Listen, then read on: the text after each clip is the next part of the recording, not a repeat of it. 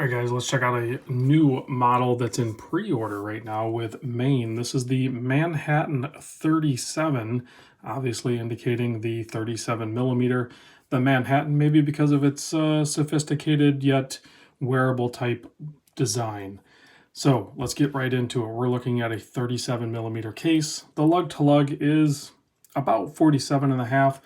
The thickness, or rather thinness, is, I measure it at 10.5, but that's including the sapphire crystal with AR coating.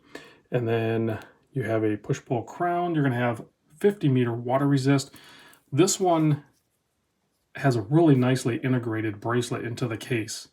So you're going to want to wear it on the bracelet because that's the option you have. But this bracelet is so well done that it just works perfect with the overall design.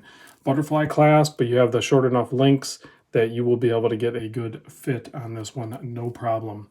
So 70s inspired design, and you have some excellent dial finish work on this thing. You can get it in, I think, 4 different colors. I'll put a link in the description to the website. They sent me this one is the midnight blue. You can get all the colors in date or no date. They all have a Swiss Ronda R150 movement, and I really like seeing that movement used in these nicer watches. I'm just a fan of that movement, and you just don't really see it used too much. At some point, maybe I'll do a standalone video on why I actually like that movement, but to give you a short story of it, it's actually a pretty affordable, well-made Swiss movement that beats at 4 hertz. It's really that simple. So let's zoom in on this guy, take a closer look. This is a prototype, but I don't think there's going to be too many changes on it. Maybe a little bit thinner. I think in the specs, if you click on the link in the description, it puts it down in the like 9.5 millimeter thickness. So but you can see you have excellent finish on the dial. You have nice applied indices, a very legible handset, a lot of polish work, a clean cutout at 3 o'clock for the date. Personally, if I were going to pick one of these up, I think I would go no date, but I'm just drawn to more no date watches right now for some reason. You have a nice clean Riot in the inside. Super legible, and don't let that 37 millimeter fool you if you tend to like a little bit bigger watches, because when you're dealing with a more square or rectangle type watch, you got to be careful of that size. You don't want to go with the size that you typically would wear, because the way they wear on wrist is a little bit different than what the size would indicate. So screw down, or no, push pull crown, but it's signed crown. And again, you have, screw down case back. This one right there says prototype 1.4. So excellent finishing on this. You can see the polished brakes on this thing are just phenomenal. And I really can't rave enough about the bracelet. The taper on it is beautiful.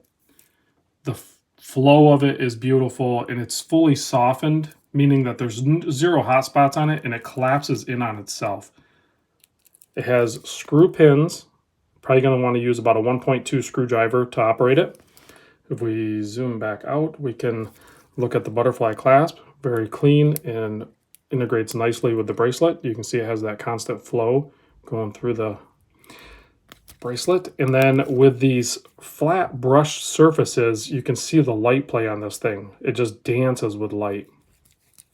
And that's all. I don't want to spend too much time on the bracelet, but I feel like you need to spend a little bit of time on it when it's, part of the watch, really. This polishing around this bezel with the brushed on the top adds just a striking contrast. And then the way the case shape is, the way they concave those corners, very smooth and elegant, I think. Let's pop this on wrist. The pre-order is going on right now, and I believe they're hoping to ship in August. It's a little snug on me. I didn't have any extra links to put in. I would add one more link and I'd be good to go. But here it is on my 7¼ inch wrist. And again, look at the light play on that thing. I love the way bracelets are done like that, with the flat brushed surfaces like that, with the polished edges. The light play is just awesome. So the price on the website is in euros. I did a quick conversion on it. I believe this is going to land around a $600 price point. Again, extremely close to that $500 comfort zone that I've talked about for years. And with inflation, I think it's actually right there. So I think once you account for that, a $600 for a Swiss-made watch that has a very purpose-driven design, I think it's going to work very well. So check it out. Let me know what you think. Let me kill the lights. We'll check the lume. I'm not sure what lume they're using because the printing on there actually looks like it's white, which would typically indicate BGW9. But when we kill the lights, it's actually a really nice green glow. So I'm not sure what lume formula they used, but I like that it's very white looking in the daytime, but then has a really nice bright green. Typically the greens are going to glow a little bit more potent than the whites. And with a watch like this, you usually don't have this level of lume. So it's nice and refreshing that they gave us that aspect of the build as well. Thanks for watching, guys, and I'll see you on the next video.